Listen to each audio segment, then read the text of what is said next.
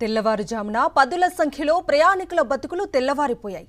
వారాంతపు సెలవు గడిపి హైదరాబాద్ వస్తున్న ప్రయాణికుల్లో కొందరికి అదే అంతిమయాత్ర అయిపోయింది. రంగారెడ్డి జిల్లా తాండూరు మండలం చేవెళ్ల వద్ద జరిగిన ఘోర రోడ్డు ప్రమాదం మృతుల కుటుంబాల్లో విషాదాన్ని నింపింది. ఆర్టీసీ బస్సును కంకర లోడ్తో వస్తున్న టిప్పర్ వేగంగా దూసుకువచ్చి ఢీకొట్టడంతో ఈ దుర్ఘటన జరిగింది.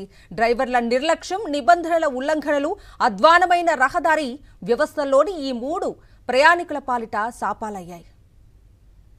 తాండూరు డిపోకు చెందిన ఆర్టీసీ బస్సు తెల్లవారుజామున 4:30 గంటలకు హైదరాబాద్ బయలుదేరింది.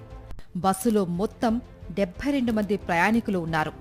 బస్సు చేవెళ్ల మండలం మీర్జాగూడ చేరేసరికి ఎదురుగా కంకర లోడుతో వస్తున్న టిప్పర్ అత్యంత వేగంగా వచ్చి బస్సును ఢీకొంది. టిప్పర్లోని కంకరంతా బస్సులో పడిపోయింది. దాంతో ప్రయాణికులు ఆ కంకరలో కూరుకుపోయారు. ప్రమాదం జరిగిన క్షణంలోనే టిప్పర్ డ్రైవర్తో పాటు ఆర్టీసీ బస్సు డ్రైవర్ అక్కడికక్కడే మృతి చెందారు. డ్రైవర్ సీటు వైపు అంటే బస్సుకు కుడివైపు బస్సు నుజ్జునుజ్జైపోయింది.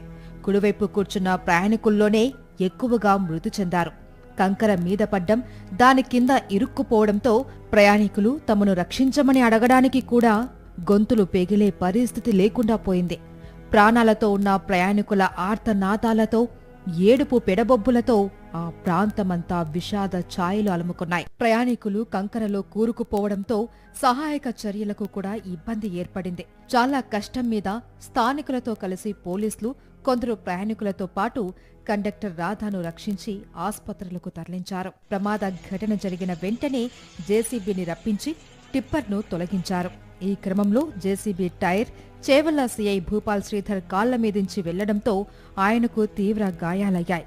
ఆయన్ను కూడా ఆస్పత్రికి తరలించారు.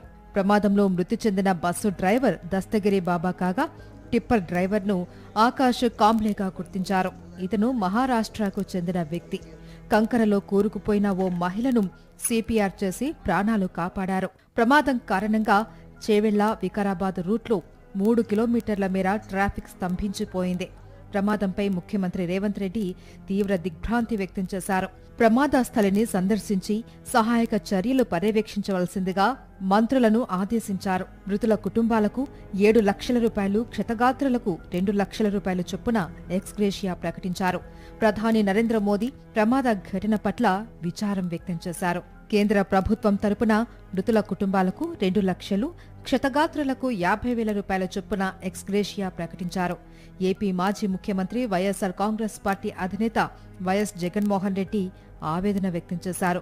మృతుల కుటుంబాలను ఆదుకోవాలి అని, క్షతగాత్రులకు మెరుగైన వైద్యం అందించాలి అని అధికారులకు సూచించారు.